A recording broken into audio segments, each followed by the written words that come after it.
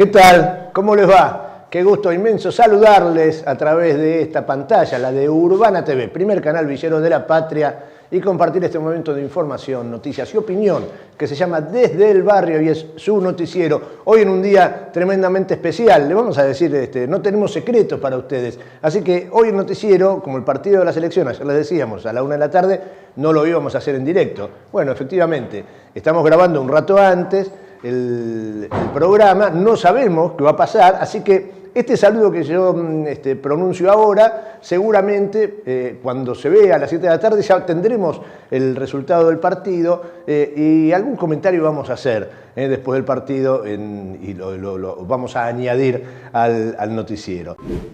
Bueno, y tal como se los estábamos contando, comenzamos a grabar el noticiero antes del partido y vamos a decir algo una vez que terminara. Y yo lo que quiero decir es que me resulta absolutamente injusto lo que sucedió con el pobre equipo egipcio. Le anularon un gol mucho tiempo después. A mí me hizo reflexionar mucho mi amigo Leonardo Napoli, porque dijo, no, esto no puede ser, pasaron cuántos segundos y le anularon el gol, eso está muy mal. Y yo dije, bueno, sí, puede ser que tenga razón. Así que yo, después de este partido en el cual ganamos, yo no quiero hacer mucha alaraca, porque me parece que no ganamos demasiado bien. ¡Dale campeón! ¡Dale campeón! ¡Dale campeón! Perdón, fue un pequeño momento de exabrupto. Ahora sí, después de este partido heroico, estamos afónicos, enloquecidos acá en el canal, como todos y todas, con una alegría desbordante después de un partido épico realmente, que nadie imaginaba que iba a ser así. Así que bueno, nos vamos a disfrutar. El barrio Padre Mujica en este momento es una algarabía total, como seguramente en todos los rincones de nuestro país, y nosotros vamos a seguir disfrutando de esta alegría que nos da el fútbol y que nos sirva de un momento de sosiego, para recuperar fuerzas, entusiasmo, y darle pelea a la vida como lo hacemos todos los días. Pero este es el momento de disfrutar, de estar contentos porque nuestra selección ganó y eso nos llena de orgullo. Dio vuelta un partido tremendo, donde todo parecía que salía al revés y al final hay recompensa, como dice la canción. Lo mismo va a pasar con la historia del país. Al final va a haber recompensa para nuestro pueblo. Bueno, dicho esto, seguimos con el desarrollo del noticiero y con las noticias que hemos compartido, que preparamos para compartir con ustedes en el día de hoy. Tremenda alegría, a disfrutar que nos lo merecemos. Ayer habló Caputo, ayer habló el ministro de Economía de la Nación, ese personaje tan siniestro, tan nefasto para nuestra historia, uno de los personajes, verdaderamente lo digo desde hace rato, uno de los personajes que más daño ha hecho a la República Argentina a lo largo de su acción en distintos gobiernos. El endeudador serial, el especialista en endeudamiento y fuga, que es el Toto Caputo. Y ayer dio una conferencia, estaba muy contento el gobierno. Bueno, pretende retomar la iniciativa política, luego de lo que fueron esos meses donde el discurso estuvo atravesado por la situación de Adorni, que no lo dejaba reaccionar, que lo ponía en una situación muy incómoda a Milei, y se quedó sin la narrativa política. Pero ojo, porque lo señalamos mientras iba sucediendo. Todo lo que pasó con el punga, con el carterista Manuel Adorni, obró como una gran distracción para situaciones que se venían verificando, que seguían sucediendo en lo cotidiano en la Argentina. Porque mientras nos distraíamos con Adorni, el gobierno podría no haber tenido el dominio sobre la narrativa política y eso efectivamente le generó algún daño en las mediciones, en el humor social, por supuesto. Pero no le impidió seguir avanzando en la entrega del país y en el deterioro de la destrucción de los derechos sociales. En el interín del caso del carterista, del punga, del ladronzuelo Adorni, el gobierno logró sancionar leyes tremendas, tremendas. Entregó el Río Paraná, entregó el monopolio de las telecomunicaciones al Grupo Clarín, sacó la ley del Superrigi para entregar las tierras, o sea. Pero bueno, ahora envalentonado con el cambio del jefe de gabinete, creen haber retomado la iniciativa, cuenta con el beneplácito de los grandes jugadores internacionales, porque claro, si le está entregando a la patria, algún favorcito le van a hacer, entonces le bajan un poco los puntos del riesgo país, y ayer apareció en una conferencia de prensa, primero, y luego en declaraciones televisivas, en su otra oficina, que es el estudio donde hace el programa el empleado Luis Majul, el empleado gubernamental, bueno, Caputo. ¿Y qué dijo? ¿Qué novedad nos trajo Caputo? Ninguna. Caputo es, como decía el poeta Casusa, un museo de grandes novedades. Es un museo, nada nuevo. Entonces, en esta fase, en esta nueva etapa, ¿qué es lo que propone el ministro de Economía?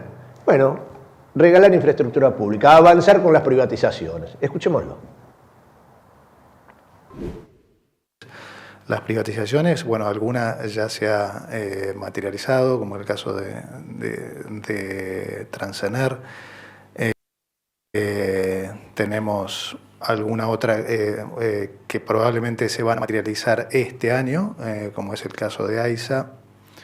Tenemos las privatizaciones de las termoeléctricas, General San Martín y Manuel Belgrano. Esa puede llegar a ser incluso que se den antes del cierre de este año, pero conservadoramente hemos puesto que siguiera el año que viene, pero tenemos la expectativa de que se materialice antes. Después hay algunas otras como Tandanor, como la segunda etapa de la Sidro. El número que hemos puesto es conservador. Sí, tenemos estimaciones y entre los 2 años que hemos puesto, sí, yo diría que el número es entre 500 y un poco más, entre 500 y 1.000 millones conservador. Pero bueno, ese es el approach nuestro. Ese es el approach nuestro. O sea, ¿por qué privatizar si va todo tan bien? Cierra los números, tenemos empresas, algunas que son superavitarias, que son necesarias. No, el tema es muy sencillo, avanzar con la entrega de la soberanía para seguir sosteniendo esta ficción. O sea, seguir sosteniendo esta ficción para que se pueda terminar de completar el ciclo de entrega total de la soberanía, regalar empresas. Entonces, esto hay que sumarlo a cada uno de los salvatajes, el acuerdo con por qué el Fondo Monetario Internacional tiró la guita que tiró, por qué apareció Trump y le salvó las elecciones y le dijo a Scott Bessent poner 20.000 millones, anunciar que vas a poner 20.000 millones. Bueno, el plan es muy claro. Y no es nuevo, ninguna novedad. Pero bueno, ahora avanzan con esto, ¿no? Tomar más deuda, privatizar más empresas, de eso se trata. Ahora, mientras eso pasa, lo que sucede es que la situación de cada una y cada uno de nosotras y de nosotros cada día se deteriora más y a pasos agigantados. Venimos dando cuenta e informando acerca del tema gravísimo que implica el endeudamiento de las familias en Argentina. Desde hace meses que comenzó a estallar esta cuestión. La semana pasada compartíamos un cuadro, compartíamos la información con los porcentajes en base a datos oficiales y de diversas consultoras. ¿Y cómo será el tema de inocultable? Así como ayer les compartía una editorial de Jorge Liotti en La Nación, diciendo, che, loco, están entregando todo. Y de manera ilegal, inconstitucional. Le dan a las Fuerzas Armadas estadounidenses la posibilidad de venir acá a intervenir. La Nación, la tribuna de la doctrina liberal, escandalizada. Ahora Clarín se escandaliza. Hace 15 días le entregaron a Clarín el monopolio de las telecomunicaciones. Sin embargo, hay cosas que son inocultables. Miren que son especialistas en ocultar y en engañar. Bueno, hasta en Clarín sale el tema de la preocupación del endeudamiento de las familias. Y publican este cuadro, nosotros lo hemos compartido la semana pasada, volvemos a ponerlo. Las familias endeudadas aumentan, el número de familias endeudadas de personas, a modo individual y a modo familiar, y ya lleva 19 meses consecutivos de suba el endeudamiento. 19. ¿Te acordás del número? Bueno, 19 por ahí te confunde. Tendría que haber sido 18, porque había un tipo que creo que era ministro de Economía, capaz que sigue siendo, que creo que se llamaba Luis Caputo, capaz que sigue siendo el mismo, el que veíamos recién, que nos dijo hace unos meses, vienen los mejores 18 meses de la historia. Ya lo habían dicho también. Bueno, lo que sucede es que hace 19 meses que en forma consecutiva aumenta el nivel de endeudamiento de las familias en Argentina. Claro, nos va tan bien que estamos todos comprando propiedades, acá y en el extranjero. Somos como Adorni, o como Santilli, o como Ritondo, o como el propio Caputo. Y entonces nos va tan bien que nos endeudamos para poner plata afuera. Total, es sencillo. No pasa nada de eso, ¿no es cierto? Datos de la Central de Deudores del Banco Central. Datos oficiales. Fíjense, ahí los tenemos. Morosidad están reproducidos por la consultora 1816, pero son en base a datos oficiales. La morosidad del crédito a las familias trepó el 12,7% en mayo. Tanta es la preocupación que hay algunos bancos que ya salen a plantear algunas refinanciaciones, ¿no? El Banco Nación, el Banco Ciudad, pero ahora nos vamos a referir a eso también. La mora pasó del 2,5% en octubre del año pasado al 12,7% en mayo. Datos actualizados a mayo. Junio, peor, por supuesto. Hay casi 6 millones de argentinas y argentinos que tienen atrasos superiores a los 90 días. Hay otras estadísticas que dan un poco más, pero bueno, esta que estamos compartiendo habla de 5.700.000, casi 6 millones de argentinas y argentinos con endeudamientos, con mora, situación de mora en 90 días. Cuando llegás, pasás los 90 días de mora, ya entrás, sos una persona que entra en el verazo, ya no sos sujeto de crédito. Tenés problemas que te van a acompañar durante muchos años para endeudarte. Eso si estás endeudado en el sistema oficial, si estás en el campo de los bancos oficiales, si tenés deudas ahí o con la tarjeta de crédito, en el mercado oficial. El gravísimo problema es que el endeudamiento, el mayor endeudamiento, no se verifica con la banca oficial. No, se verifica con las billeteras virtuales, con el prestamista de última instancia. En los barrios populares se sabe bien lo que eso significa. Y es algo que se observa cotidianamente, el aumento, y algo sobre lo que vienen advirtiendo todos y todas las organizaciones sociales, la iglesia, los que estamos en los barrios, sabemos lo que está pasando. ¿Quiénes son los peor posicionados en esta situación? Los que tienen más nivel de endeudamiento, los menores de 35 años, que a su vez son quienes tienen menores posibilidades de generar esos recursos para pagar. O sea, ahí las deudas son gigantescas, al contrario de lo que pasa en la otra punta de la pirámide, los mayores de 65 años que tienen mejores niveles de cumplimiento, aunque siguen también endeudados. Habló ayer a la noche crápula de Caputo en un anexo de sus oficinas, ahí en La Nación Más, que es la que es atendida por Luis Majul, y decía lo siguiente acerca del endeudamiento. A ver, muchos economistas dicen que el nivel de endeudamiento de las familias es no solamente alto, sino insoportable. Sé que hay crédito del Banco Nación, me preocupé en ver cuál es el detalle del crédito del Banco Nación. Entiendo yo que refinancia esas deudas a menos plata, eso es una buena noticia, a menos tasa, pero la deuda sigue existiendo. Y si hay endeudamiento es porque algo pasó con la economía, porque qué sé yo, las tarifas por ahí le falta, pues están demasiado altas, entonces impacta mucho en la canasta familiar. ¿Qué pasa? ¿Por qué hay tanto endeudamiento? Mirá, no creo que el endeudamiento esté relacionado para nada con las tarifas, honestamente. Si mirás, o sea, el caso tarifas, el 50% de los ciudadanos siguen subsidiados. Digamos, las familias que tienen menos de ingreso que 3 canastas básicas están subsidiados en un 75% hoy en gas, 63% en energía. Pero las deudas existen. Las deudas existen, pero no es por el tema tarifas, digamos. En realidad es hasta difícil saber. Cuando vos les preguntás, ni los propios bancos saben bien para qué les toman la deuda.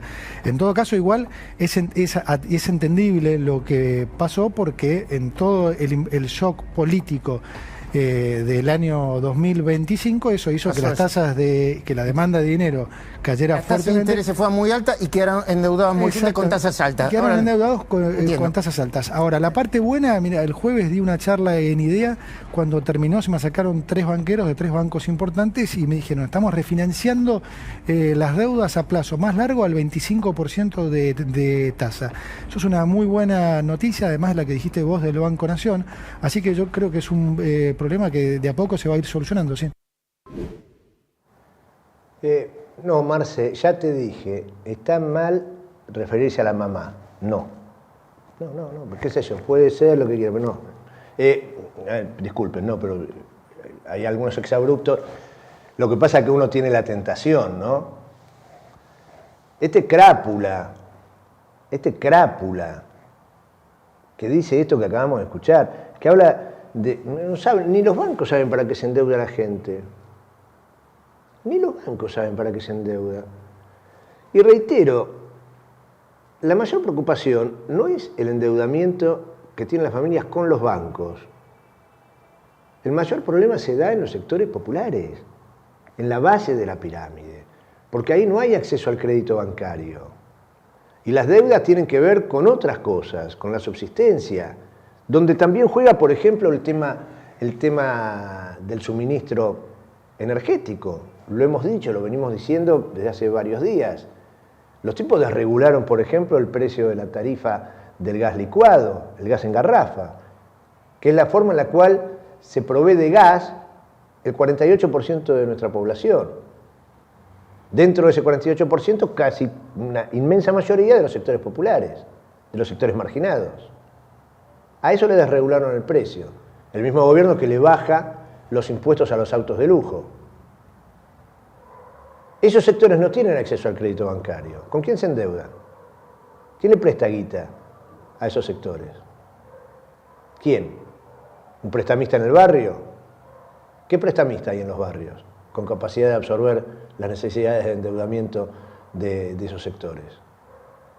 Y esos sectores, si no pueden pagarle ese tipo de prestamistas, ¿cómo resuelven? ¿Con una carta de documento? ¿No es cierto? Entonces, uno tiene la tentación, como le pasa a Marcelo, de acordarse de la mamá de este hombre, ¿no? Porque es lo primero que aparece, pero no es el tema. El problema es él, este tremendo crápula. Le doy la bienvenida a mi compañero y amigo Leonardo Ángel de las Mercedes y Oves Mbappé Napoli. ¿Cómo Mbappé va? Ahora también. Sí. Bueno. ¿Por qué era Oves? ¿Qué es Oves? Bueno, vos sabrás, es tu familia. Está en la calle Gelioves, está... Ah, Gelioves, es un apellido más. Es un apellido más de los que tenés. No lo ocultes. No sabía. No lo ocultes atrás de esa italianización que pretendés, sureña, es en Nápoli. Claro. Aparte anduve por ahí y vi que tenés una banca. Claro, sí, es cierto, es cierto. El banco una cosa, dice el Caputo, el 50% de la población está subsidiada porque no tendría los 3 sueldos mínimos. Yo me pregunto, ¿cuánto es el sueldo mínimo? 320.000 pesos. El sueldo mínimo vital y móvil, que de móvil no tiene nadie, de vital menos, sumaría 960.000 pesos por grupo familiar. Es decir, que en una casa, pongámosle que vivan 2 personas y para vivir necesiten, matándose y qué sé yo, 1,5 millones, esos no entran al subsidio. Está mintiendo, no es así. Eso puede ser una persona que vive solo, que cobra una jubilación de 600.000 pesos, 500.000 pesos, entonces ahí sí le dan, que no representa el 50% de la población. Esto, dicho así, me decía, bueno, viste, pasa, la gente tiende a creer. ¿Por qué? Porque todavía hay muchos que ya dicen, no le creo nada. Pero no le creen en líneas generales. Pero cuando vamos a lo particular, es bueno definir cuál es la mentira. Eso que acaba de decir es mentira.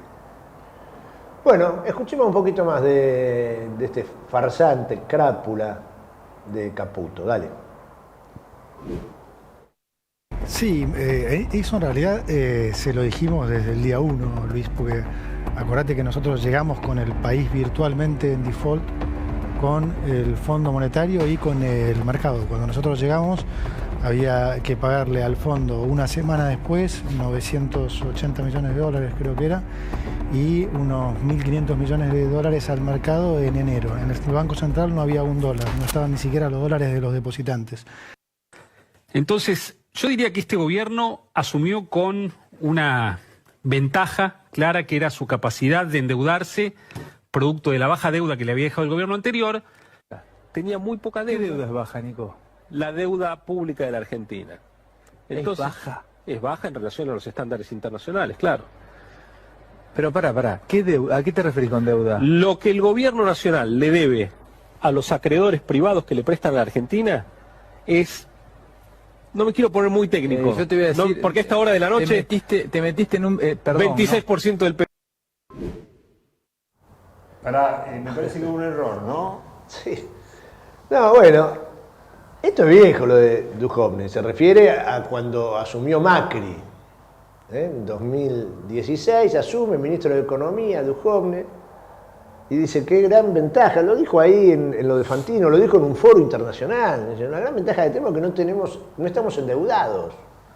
O sea, el peronismo, después de 12 años y medio de gobierno, cuando pierde las elecciones y gana Mauricio Macri, deja un país desendeudado.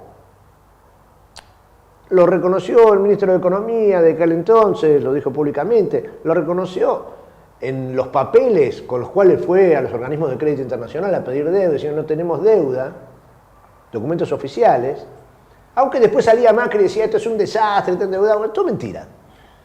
Y ahora aparece Caputo y te dice, claro, estábamos en un desastre, un país endeudado, no teníamos un peso. Y vos decís, che, pero, a ver, pará. ¿Cuánto se endeudó? Porque eso pasó en el 2016, lo que escuchábamos. Del 2016 al 2019, gobierno de Mauricio Macri. Después, fin del 2019, al 23, Alberto Fernández. 2020, pandemia. ¿Cuándo se endeudó Argentina? Si cuando asumió Macri y estaba Duhovne de ministro de Economía, no había deuda. Después de Duhovne, ¿quién apareció en el Ministerio de Economía? Uno que le decían el Messi de las finanzas, ¿te acuerdas? Un tocayo mío, Marcos Peña. Le decía el Messi de las finanzas. Y yo decía, no, este es el Messi del endeudamiento y la fuga. ¿Y qué hizo el Messi de las finanzas o del endeudamiento y la fuga? ¿Qué fue lo que hizo? Caputo. Tomó deuda. ¿Qué deuda tomó? La deuda más alta que nunca en la historia universal cualquier país hubiera tomado desde que se creó el Fondo Monetario Internacional. Absorbió más del 50% de la capacidad de otorgamiento de deuda que el Fondo Monetario tiene previsto. Lo absorbió la Argentina. ¿Quién lo pidió? Caputo. Y ay, casi me sale lo de la mamá. No, este hombre aparece ahora porque durante el gobierno de Alberto Fernández no hubo endeudamiento, hubo que tomar deuda para refinanciar deuda. ¿Qué deuda? La que había tomado Caputo. Y ahora aparece este crápula, este delincuente, este vendepatria del Toto Caputo, y te dice, no, teníamos una herencia tremenda, tuvimos que hacer el ajuste y todo esto, porque estábamos endeudados. ¿Y quién endeudó? Crápula. Párrafo aparte a quienes lo entrevistan, ¿no? Porque ahí está, bueno, está su empleado, entonces le dice, no, sí, claro, sí, ahora vamos a seguir escuchándolo. Y también a Fantino, porque algunos se sorprenden y se sorprendieron cuando dijeron, no, Fantino, con Milei y ahora justifica cualquier cosa, siempre justificó cualquier cosa. Milei no llega a ser presidente de casualidad. Hay una cantidad de cómplices, de complicidades, de sujetos que vos decís, no, y esto, que fueron determinantes en la construcción de sentido de la República Argentina, en nuestro pueblo, para que un personaje tan oscuro, tan nefasto, tan dañino, tan cruel como Milei llegara a ser presidente. Y como para que esta basura que tenemos de ministro de Economía vuelva a ser ministro de Economía después de haber hecho lo que hizo en su momento. Escuchemos un poquito más de Caputo, cómo seguía hablando, el mentiroso. La realidad es que yo cuando acepté ser ministro recibí el llamado de muchos colegas, no de la oposición, sino digamos, incluso digamos, gente afín, diciendo que tenía que dejar defaultear y ya, o sea... O sea que tenía que empezar a defaultear para después trabajar con la Claro, echarle la culpa al gobierno anterior y romper todo. ¿Qué quiero decir con esto? Que en Argentina habíamos normalizado el atropello a la propiedad. Habíamos normalizado no cumplir los contratos. Habíamos normalizado defaultear nuestra deuda. Y eso tiene unas consecuencias enormes después a la hora de hacer política. Por eso la conferencia de prensa de hoy tuvo un impacto fuerte, ¿no? En los mercados, me parece a mí, ¿no? Muy fuerte, entre otras cosas, porque algunos querían ver con mayor claridad lo que nosotros veníamos repitiendo desde hacía semanas, que es que teníamos esencialmente las necesidades de financiamiento cubiertas o identificadas por el 2026 y 2020. Lo que hicimos hoy fue ponerlo en blanco y negro. Qué bárbaro, qué bárbaro. Ojalá podamos hacer justicia con este delincuente alguna vez en la vida. Este tipo ha condenado a varias generaciones de argentinas y argentinos a vivir en condiciones mucho peores de las que cualquiera merece vivir. Y es este tipo, empleado de la JP Morgan, este tipo, que se sigue paseando suelto de cuerpo y dice, no, cumplimos, y se crápula, cínico. Ojalá la vida me dé la posibilidad de ver a este hombre donde debe estar. El ministro de Gobierno de la provincia de Buenos Aires, el jefe de gabinete de la provincia de Buenos Aires, Carlos Bianco, habló acerca de la economía, ¿no? Y de este discurso gubernamental acerca de los indicadores, micro, la macro, que va muy bien y demás. En realidad eso no estaría sucediendo. Así lo dice Carlos Bianco. Cuando uno sigue repasando indicadores de actividad, de ingresos, de empleo, de endeudamiento, etcétera, la situación no mejora, realmente no mejora. Se ha instalado una falsa definición de que la macroeconomía está bien, pero que hay algunos problemas microeconómicos. Lo que nosotros estamos observando es que la microeconomía está horrible y la macro está muy mal. La macro está muy mal. Por más allá que hayan aumentado las reservas, por más allá que haya bajado el riesgo país, cuando uno analiza la situación de las empresas, la situación de las pymes, la situación de los comercios, la situación de las familias, cada vez es más dramática. Eso es lo que pasa en la realidad real, no en la realidad virtual en la cual viven los comunicadores gubernamentales.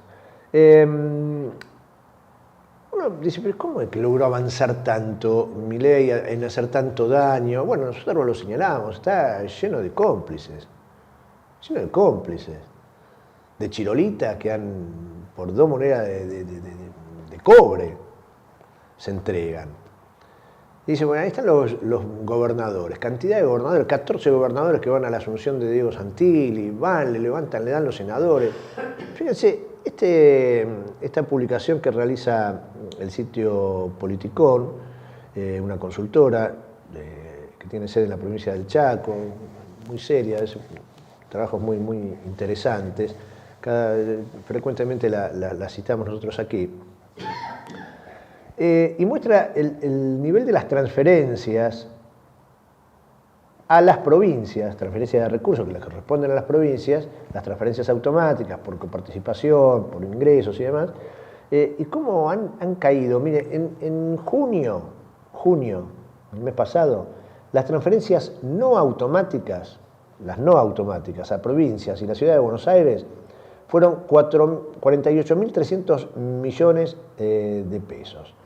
Eso marca una caída interanual. Poner el gráfico a pantalla completa, por favor, Marce. Eso marca una caída del 87,7% a nivel interanual, es el cuadro superior.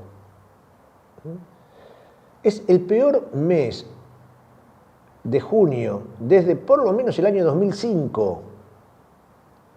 No hubo reparto de aporte del Tesoro Nacional, además. Bueno, ahí lo tienen. 87,7% de caída en el aporte, en las transferencias no automáticas a las provincias, en el interanual. Después, en lo que tiene que ver con este año, ya no el interanual, que es el cuadro de abajo, el que está en amarillo, transferencias no automáticas del primer semestre, fue el segundo peor semestre desde el año 2005. 639.589 millones de transferencias no automáticas, es el 61,8% de caída interanual. ¿Sí? El semestre del año pasado, primer semestre del año pasado, primer semestre de este año. Y los tipos después van y le votan, Los tipos van y le mandan a sus senadores. ¿Por dónde llegarán los recursos para eso? Porque en lo que tiene que ver con lo formal, con lo oficial, no sucede. Esa caída es gigantesca.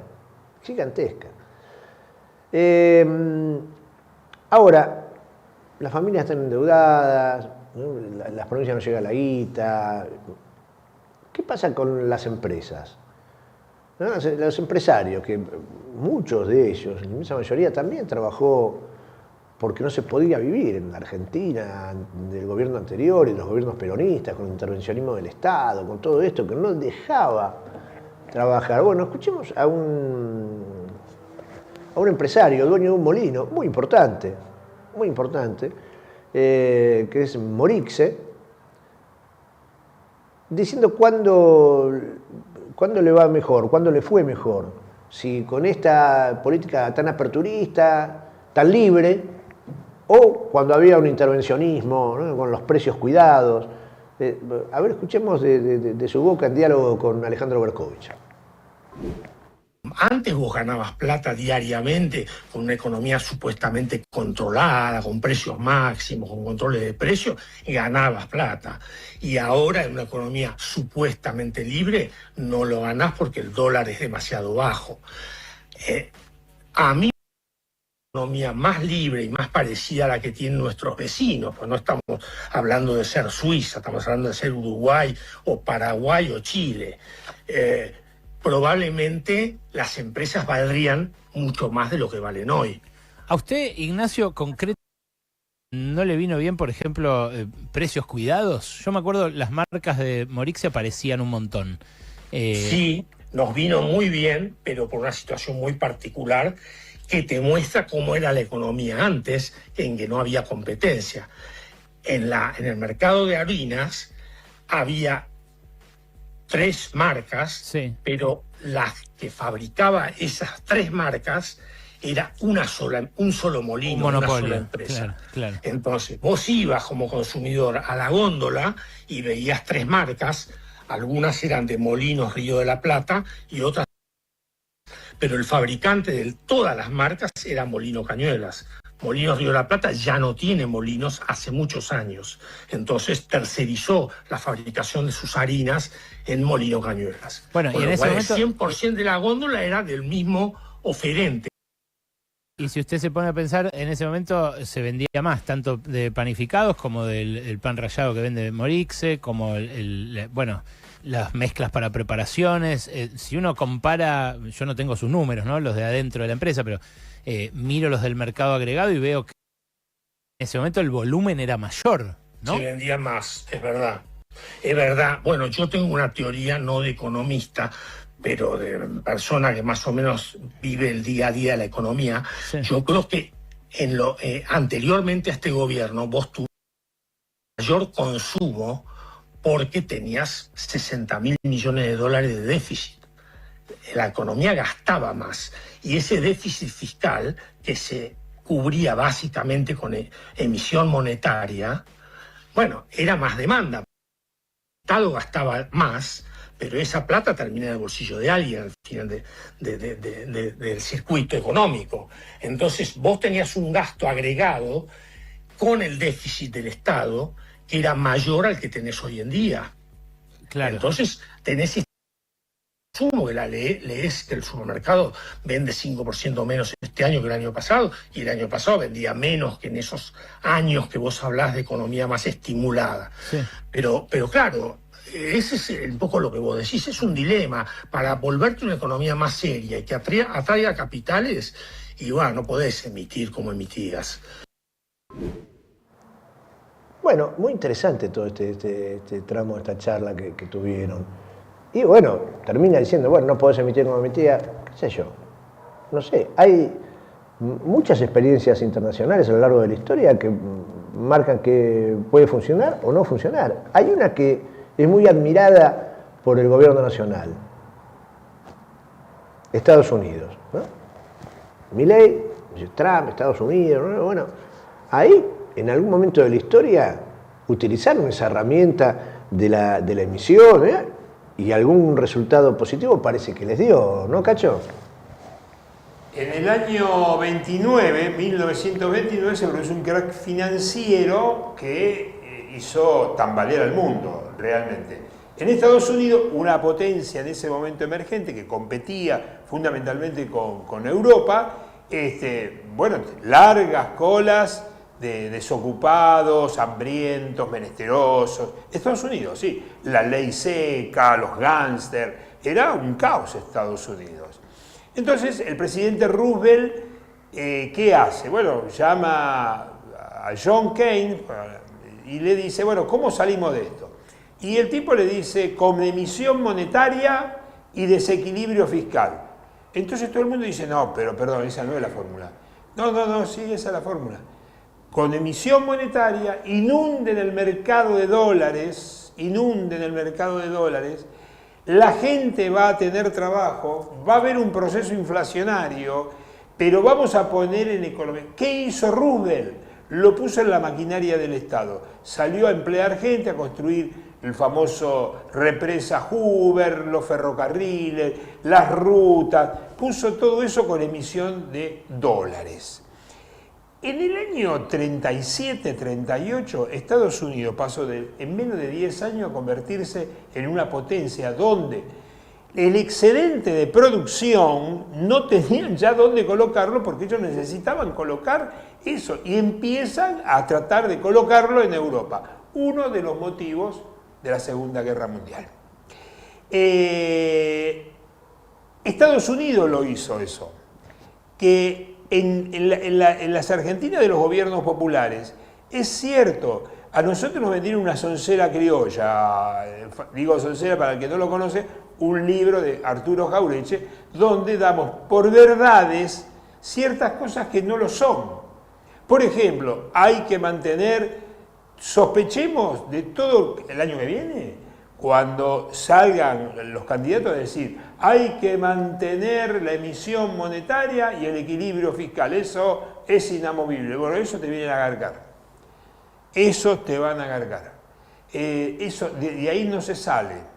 Entonces, quizás no sea la fórmula de los años 30, no, seguramente no, el mundo ha cambiado, pero no compres que esa es la verdad. Te lo está diciendo un hombre que sabe mucho más que nosotros de todo esto, donde el tipo dice, bueno, sí, con la emisión monetaria y con el equilibrio fiscal no alcanzan. Lo único que hace es producir pobre y baja el consumo. Este señor no es un benefactor de la humanidad, ¿eh? No es un benefactor. Es más, ponen ejemplo a Paraguay, a Uruguay, a Chile. Bueno, no es un benefactor. Lo único que quiere es ganar dinero y que sus empleados consuman, y que el pueblo consuma la harina que él produce. ¿Para qué? Para obtener ganancias, es simplemente eso. Que está bien, está bien, que el tipo invierta, gane, produzca, pague salario de acorde, bueno, Una cosa, no estamos hablando de una revolución, la revolución socialista, una cosa, aún dentro del capitalismo se pueden tener situaciones de mayor equidad, para lo que, bueno, es el modelo capitalista, es con estos hombres, es con los productores, por supuesto que sí. Lo que estamos viviendo es otra cosa. Lo que estamos viviendo es otra cosa, que es otra etapa del capitalismo, que es el capitalismo financiero, el tecnofeudalismo, la concentración, los megas millonarios, es otra cosa. Pero como este gobierno, entreguista, cipayo, juega y ocupa todos los casilleros, ahora vamos a meternos en, perdón, porque estoy salteando, me parece que es oportuno escuchar ahora a alguien que piensa distinto, que es Axel Kicillof, ¿no? Y Axel viene señalando cotidianamente, lo lleva a la práctica en su provincia, el tema de apostar a otro modelo económico, que es con la industria nacional, es con las pequeñas y medianas empresas. Bueno, escuchémoslo a Axel. El objetivo de la política económica es desindustrializar. ¿Quién va a invertir si el aparato productivo hoy no encuentra salida en las ventas? Y las ventas que hay con esa caída del poder adquisitivo, para colmo, se redirigen hacia las importaciones. No se vende, los ingresos son bajos, los costos, ya sea tarifarios o también financieros, son altos, no dan las cuentas. Esta política económica no es compatible con la producción nacional, no es compatible con la pyme, no es compatible con la industria nacional. Así es, y lo que les decía, además de todo esto, es que, bueno, un lugar central a atacar para destrozar las posibilidades de desarrollo, de crecimiento, de soberanía, es el sector de la investigación, de la ciencia, de la tecnología, de la producción energética aplicada a nuestro pueblo. Por eso el avance que se registra, que bueno, dimos cuenta toda la semana pasada, estuvimos hablando y mostrando las imágenes y testimonios de lo que está pasando con la Comisión Nacional de Energía Atómica, con la destrucción, el intento de destrucción de la CENEA. Ayer una movilización importante en Bariloche, ¿no? Cacho, en Bariloche fue la movilización porque empezaron a llegar ya los telegramas, que se habían anunciado, ya comenzaron a llegar, entonces son decenas y decenas de trabajadoras y de trabajadores que se quedan en la calle generándose un problema para esas personas y generando un problema muy serio al país. Sí, decime. A ver, volviendo un poco al tema, ¿no? Es decir, ¿por qué hacen esto? Porque la Argentina y Brasil son potencialmente competitivos al proyecto norteamericano. No lo es, por ejemplo, no sé, Uruguay. No es competitivo con respecto a... Ningún otro país latinoamericano. Claro. Volvimos a mostrar... Ni siquiera los países petroleros. Pero ni Brasil. Ni Brasil. Entonces, el nivel de desarrollo científico, tecnológico, nuclear, energético, de alimentos, de todo eso, somos... Pero no desde ahora, no desde Cristina, ni de Néstor, no, desde la década del 40, de cuando asume Perón. Argentina, y ya lo venía haciendo de antes, era potencialmente, por eso que en la época de Hipólito Yrigoyen bombardean todo el tema de lo que era YPF, ¿no? Es decir, eso no lo querían. Bueno, por eso es que atacan a esto, por eso es que ponen la bandera de los Estados Unidos, por eso es que hacen, porque te quieren colonizar de la cabeza. Es decir, es más lindo ir al planetario y ver la bandera norteamericana que ver la bandera argentina. Eso, en 2 generaciones, anda y contásela a Magoya. No lo recupera más. Aparte, a ver, la Comisión Nacional de Energía Atómica, el impulso al desarrollo de la energía atómica, de la investigación y demás, no se dio durante un gobierno peronista, después sí. Pero los que promovieron eso inclusive fueron durante los gobiernos militares. Sí, Castro Madero. Pero bueno, gobierno militar, golpista, pero donde todavía había... Era una disputa dentro del imaginario de lo nacional, ¿cómo decirlo? Usaban lo que les habían dejado. Claro, tenían otra idea, pero dentro de la defensa de un concepto de nación, que está muchísimos, en la mayoría de los aspectos, enfrentado a lo que en mi caso pienso, que hicieron mucho tremendo daño, fueron dictadores, pero había conceptos, cosas estructurales que decían, bueno, esto sí, esto nos da fortaleza.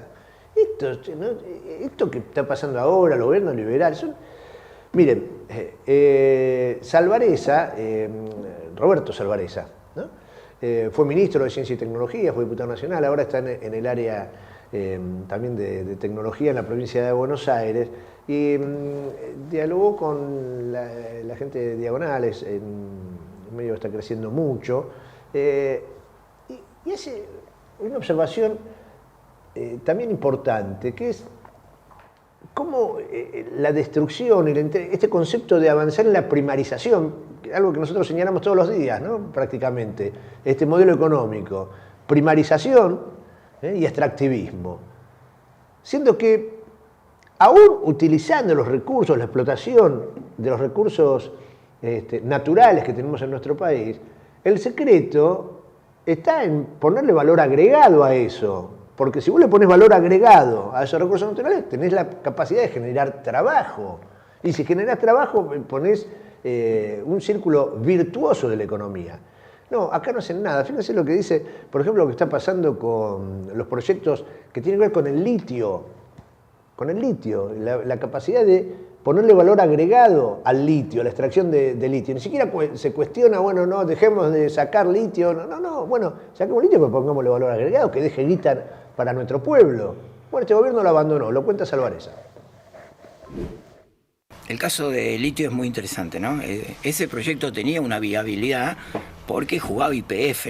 Era desde la minería del litio, de conseguir un salar para sacar carbonato de litio, hasta la batería en la estación de servicio. Era un proyecto que se bancaba en una gran empresa de derecho privado, cotiza en Nueva York, y era muy fácil buscar socios que pusieran el capital. ¿Cuál era tu gran base para industrializar el litio? Era que vos tenés el recurso. El problema acá es un problema de la voluntad política que tiene tu gobierno de negociar con otro. Puede ser que vos no tengas interés, pero aquel sí tiene interés. ¿Por qué? Sí. Porque no tiene cobre o porque no tiene litio y lo necesita.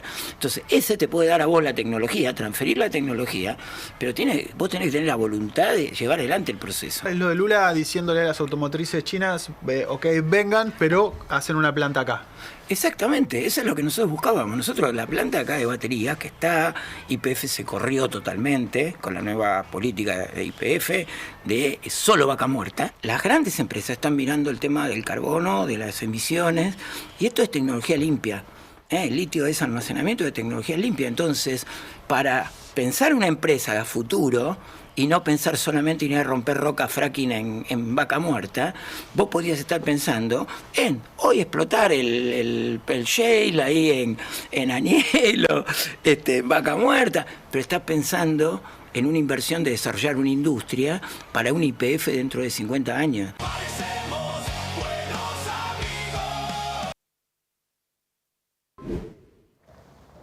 Muy interesante lo de Salvarezza, muy interesante.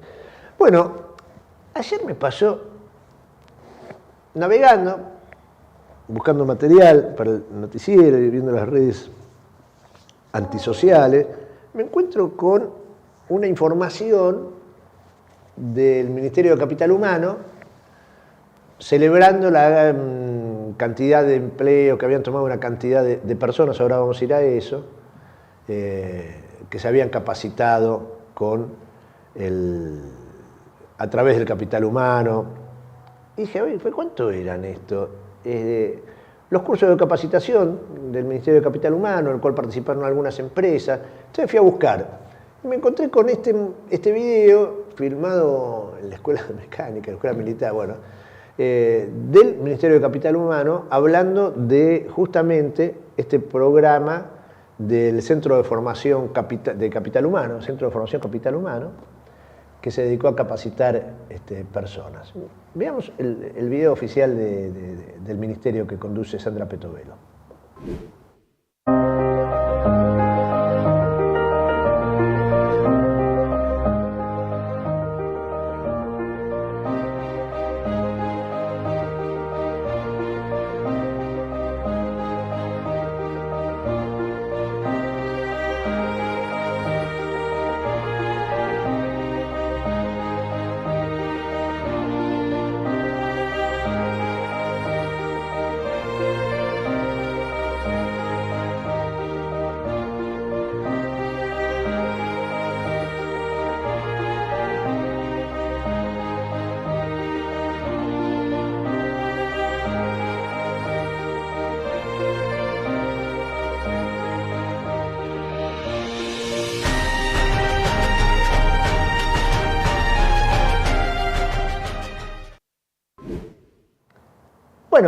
ese video oficial lo que muestra a las empresas que participan de esta idea del Centro de Formación de Capital Humano, y destaca, Petovelo, entregamos los diplomas, una buena iniciativa, ¿no? Capacitar, poner que el ministerio capacite personas, y entregamos, dice, con toda esa pompa, esa música, ¿no? ¿Cómo describimos esa música que sonaba, Cacho? Sí. Es una música, ¿no? Inspiradora, emotiva. Capacitamos, dice, no sé si llegaron a verlo, a 264 personas. Entregamos los diplomas de 264 personas. Ese fue el aporte de esas empresas y del Ministerio de Capital Humano para combatir la desocupación y formar y capacitar gente para los empleos del futuro. Y ayer me encuentro en las redes sociales, esto que les decía, con esta publicación celebratoria del Ministerio de Capital Humano que dice lo siguiente en estas placas. Lo ponemos. Nuevas contrataciones en McDonald's. Dale. 80% de las personas capacitadas por Arcos Dorados en el Centro de Formación de Capital Humano fueron contratadas por McDonald's Argentina. Bueno, el curso formó, no llego a leer, está muy lejos, ¿puedes leerlo vos, Cacho, que lo tenés más cerca ahí, que dice? El curso formó a técnicos de mantenimiento en restaurantes con foco en seguridad, higiene, mantenimiento preventivo, gestión de riesgo, uso de sistema de mantenimiento planificado digital. Promovemos la educación para el trabajo y el empleo genuino de los argentinos. Bueno, veíamos en el video original esto, ¿no? Le capacitaron a 264 personas. El 80% de ellos consiguió laburo en McDonald's. Las otras empresas patrocinantes, no sé, que habrán contratado 5, 6. O sea, y eso fue motivo de celebración, ¿no? Y de difusión por el gobierno. Yo me alegro cuando una persona consigue laburo, por supuesto. Pero dejate de joder. ¿Cuántos cientos de miles de puestos de trabajo destruyó este gobierno? Ayer mismo, buscando, después lo vamos a ver, porque si 264 títulos, diplomas se entregaron, el 80%, ¿cuánto vendría a ser? 220, sí. Aproximadamente 220. Bueno, justamente ayer, y después lo vamos a ver a Pablo Moyano, secretario general de Camioneros, salió a hacer declaraciones porque despidieron a 220 trabajadores en dos empresas, que es Express Beer y la cervecería Quilmes. Trabajadores formales, ¿no? Y la ministra de Capital Humano celebra que McDonald's tomó 220 trabajadores que se formaron con los recursos. Bueno, en fin. Mira, sí, tenés algunos datos. Sí, tengo algunos datos de McDonald's. En una sucursal del barrio de Núñez tienen la costumbre, la sucursal, de mandar un WhatsApp a sus empleados felicitándolo por lo que habían facturado, ¿no? Por lo que facturó McDonald's gracias al trabajo. Y que les mandaban una felicitación al personal. Entonces yo tengo la del sábado pasado. Entre las... acá dice la empresa dice esto, que entre las 6 de la mañana del sábado hasta las 19 horas del mismo sábado, la empresa vendió 149 millones de pesos. Una sucursal. En el término de ¿cuántas horas? 11 horas, 149 millones de pesos, que fueron atendidos 9.323 clientes, que gastó a promedio 16.000 pesos cada uno. Así es más o menos lo que vale el combo. ¿Saben cuánto gana? Todo eso fue atendido por 15 empleados. Entre las 6 de la mañana y las 7 de la tarde, por 15 empleados a 6 horas de promedio cada uno de los empleados. ¿Saben cuánto ganan los empleados de McDonald's? Porque le pagan por hora 5.400 pesos, menos de lo que es el salario por hora de los empleados, por ejemplo, de casas particulares. Es decir, que la empresa le pagó por 149 millones de pesos a sus empleados 480.000 pesos. 486.000 pesos. Bien. Sin comentarios. ¿Cómo dice el juez? Más palabras. Qué Bueno, bárbaro. qué bárbaro, qué bárbaro. Pero bueno, ahora por suerte tenemos un Ministerio de Capital Humano que los capacita. Qué bárbaro, qué bárbaro. Yo no podía creer esto, porque estos datos son demoledores. En buena hora que por lo menos tengan ese laburo, ¿no? Que están ahí. Sí, están en blanco. Por lo menos, pero, por favor. Escuchémoslo a Pablo Moyano hablando, digo, el mismo día, yo buscaba material, otro, digo, ¿cómo puede ser? Esto es increíble. Escuchémoslo a Moyano. Pablo Moyano, conflicto en la empresa Expressville, despidieron a 220 trabajadores. Sí, lamentablemente, bueno, hoy nos hemos anoticiado que la empresa se ha retirado los camiones, 220 trabajadores no han podido tomar servicio en la distribución de Quilmes, acá en La Mega, también está paralizado en Santos Lugares, y lamentablemente, bueno, hay compañeros con 25, 28 años de antigüedad, han perdido su puesto de trabajo. Por supuesto, estamos parando las dos centrales, tanto en Mega como en Santos Lugares. Bueno, vamos a resistir, vamos a exigirle a Quilmes que pague las indemnizaciones, que reubique a los trabajadores en otras empresas, y a la empresa de Juan Aguilar, que es el presidente de la empresa Expressville, que se haga cargo también del pago de las indemnizaciones.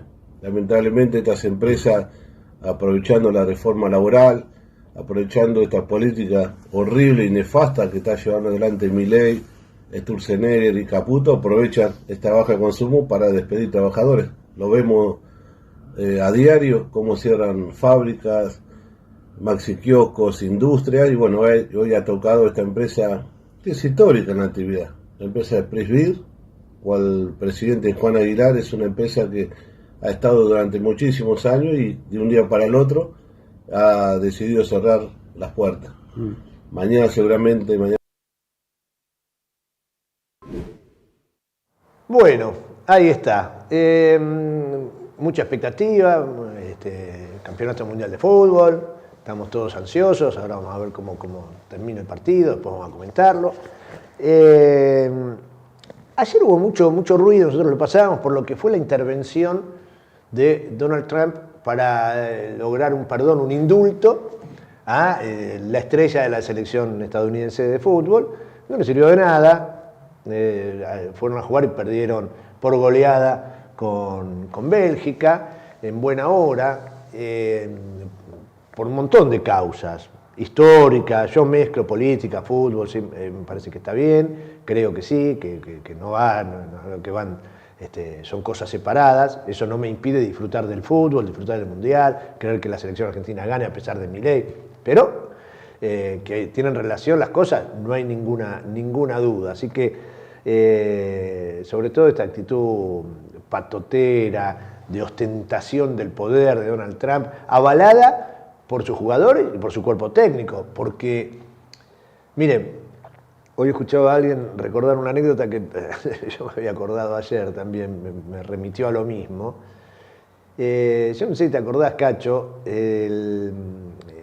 Bielsa, Marcelo Bielsa, puede criticarlo a uno, gustarle más, menos, como tenga, pero tiene una cuestión de algunos principios, valores de conducta indudables. Y alguna vez, dirigiendo un equipo de fútbol, creo que en Francia, a su equipo le otorgaron un gol absolutamente viciado de nulidad, no me acuerdo porque se había una infracción, una cosa muy grosera, y el árbitro lo cobró igual. Y Bielsa, en un extremo, ¿no? Ya el extremo le ordenó a sus jugadores que se dejaran hacer el gol porque ese gol no valía. No valía el gol que habían hecho ellos, entonces que tenía que volver a estar empatado el partido. En el otro extremo de la conducta tenemos un tipo como el técnico de Estados Unidos, argentino también, el Pochettino, que el presidente Trump podría haber hecho lo que hizo. Y uno como técnico decir, no, yo no lo pongo a este porque lo expulsaron. Sobre todo si fuiste jugador de fútbol, o sea, actitudes dignas, de las cuales hay muchas a lo largo de la historia en diversas circunstancias. Nosotros vamos a compartir un material década del 70. En aquellos años se jugaban las eliminatorias, bueno, para el Mundial, como siempre, y en un repechaje tenían que jugar Chile y la entonces Unión de Repúblicas Socialistas Soviéticas, la URSS. En septiembre de 1973, el 11 de septiembre de 1973, se produce el golpe de Estado en Chile, que termina con la vida del presidente socialista Salvador Allende y que da lugar a una ofensiva bestial del terrorismo de Estado de la mano de Augusto Pinochet Ugarte. Bueno, uno de los lugares emblemáticos, así como en la Argentina, un lugar emblemático de los centros de tortura y exterminio, centros clandestinos de tortura y exterminio, es la ESMA. En Chile, el lugar emblemático es el Estadio Nacional de Chile, porque ahí alojaron a miles de personas detenidas, de todo tipo. Uno muy recordado, Víctor Jara, un grandísimo poeta, músico, artista popular en Chile. Bueno, miles ahí. Cuestión que tiempo después tienen que jugar, de cara a las eliminatorias, Chile y Unión Soviética, el partido de vuelta, y tenían que jugar en ese estadio. Y la Unión Soviética dice, no, nosotros no vamos el gobierno que había sido derrocado, el de Salvador Allende, era un gobierno aliado de la Unión de la URSS, pero aparte ahí se registraba el horror en ese estadio. Ayer nomás se había registrado el horror en ese estadio. Y la URSS dice, nosotros no vamos a jugar ahí. Se lo dice a la FIFA, a la misma FIFA que hace esta barbaridad con el jugador estadounidense. Entonces le dice, no, tienen que ir y jugar. Y la URSS dice, nosotros no vamos a jugar ahí. Es el lugar del horror, del terror, nosotros no vamos a jugar ahí. Y no van a jugar. Le pide a la FIFA que plantee el partido en otro lado. Bueno, y la FIFA dice, no, tienen que jugarlo igual. ¿Y saben qué pasó? El partido se jugó igual. Pero como si no había rival. No, jugó Chile solo.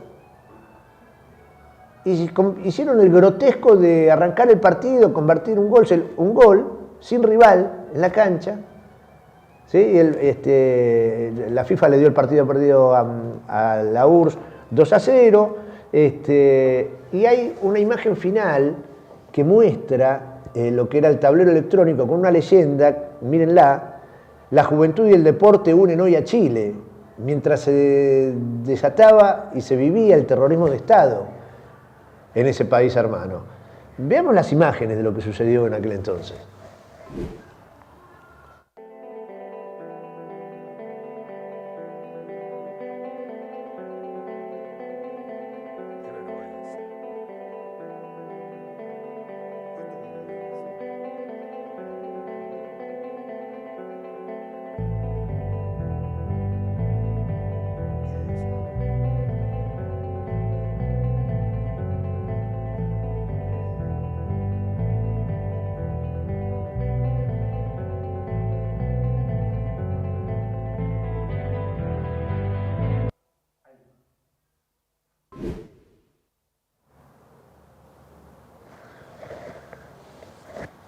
Qué bárbaro, ¿no? Qué bárbaro. La FIFA, las dictaduras, el negocio y la dignidad. Siempre uno tiene la posibilidad de la dignidad como último refugio, como última arma. En fin. Nos vamos a ver el partido de la selección. No sé, Cacho, ¿viste esto? Te quedaste, ¿no?, impactado, ¿no?, con estas imágenes. Sí, me acuerdo. Lo que pasa es que ahora no creía que había sido en el 73, me pareció que había sido después. No, sí, 73, mira, ahí tenemos el tablero de 74, ¿sí? Es la Copa del Mundo del 74. Ajá, bueno, siempre hay una posibilidad de, no, como decís vos, de decir no lo hago. Y después, bueno, afrontar las consecuencias. Lo que pasa es que los muchachos pueden decir no. Pero después dicen, no, ¿sabes qué pasa? Como escuchábamos Mbappé el otro día, dice, no, yo no firmé el contrato de la selección que me apretaban para promocionar las casas de juego, de apuestas y de comida chatarra, porque yo vengo de un barrio pobre y yo sé lo que le pasa en los barrios pobres con las apuestas. Bueno, dignidad. Y si tenés un poquito de poder, más chances tenés todavía. Ayer mostrábamos, perdóname, una última cosa. Ayer mostrábamos de dónde vinieron cada uno de los jugadores que están hoy en las... ¿No viste que no hay ninguno que diga el Yacht Club de San Isidro? No, ninguno vino de ahí. Todos venían de Villa Caraza, de Domínico, de todos, inclusive los más millonarios como Rodrigo de Paul, que parece olvidarse de todo.